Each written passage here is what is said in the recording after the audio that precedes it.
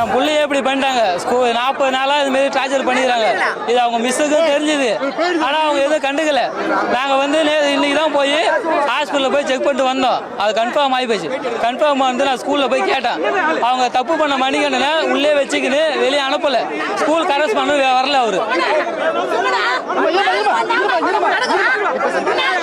School கரஸ்பாண்டும் வரல.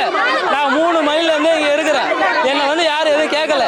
என்னை யாரும் எதுவும் கேட்காத பட்சத்தில் அவரை மணிகண்டனை வந்து காவல்துறை இட்டுன்னு போனாங்க. நான் போய் பிடிச்சேன். காவல்துறை என்னை ஓட விட்டு அடித்தாங்க. என் கால் வலி, என் கை வலிக்குது. அவரை சஸ்பெண்ட் பண்ணணும், என்கிட்ட வந்து மன்னிப்பு கேட்கணும், ஸ்கூலே சீல் வைக்கணும். தப்பு செஞ்ச மணிகண்டனுக்கு வந்து தகுந்த நடவடிக்கை எடுக்கணும். அவருக்கு கொடுக்குற தண்டனை வந்து அடுத்த ஆசிரியர் யாரும் பொண்ணு சம்பவத்தில் நடந்த குற்றவாளியை ஏற்கனவே காவல்துறை வந்து கைது பண்ணியிருக்காங்க. அவங்க மேலே வழக்கு பதிவு செய்து கடுமையான தண்டனையை வந்து வழங்கி தரதுக்கு அரசு அத்தனை நடவடிக்கைகள் எடுக்கும். மற்றபடி இவங்களுடைய கோரிக்கைகள், அதாவது சில காவல்துறை நண்பர்கள் வந்து அவங்கள ஏதோ அடிச்சதாக சொல்கிறாங்க, அதையும் கண்டிப்பாக விசாரித்து அந்த யார் பண்ணியிருந்தாங்களோ அவங்க மேலேயும் நிச்சயமாக நடவடிக்கை எடுக்கப்படும். ஓகேங்களா? இந்த ஸ்கூல் வந்து இமீடியட்டாக க்ளோஸ் பண்ணணும்னு சொல்லியிருக்காங்க. அதையும் க்ளோஸ் பண்ணி தகுந்த நடவடிக்கை வந்து ஸ்கூல் மேலேயே நாங்கள் எடுக்கிறோம். ஸ்கூல் தாளாளர் ஸ்கூல் தாளாளர் எல்லாத்தையும் விசாரிப்போம். ஸ்கூல் மேனேஜ்மெண்ட் தான் சொல்லியிருக்கேன். ஓகே, ஸ்கூல் மேனேஜ்மெண்ட், ஸ்கூல் அதான் ஸ்கூல் மேனேஜ்மெண்ட் சொல்லியிருக்கேன்.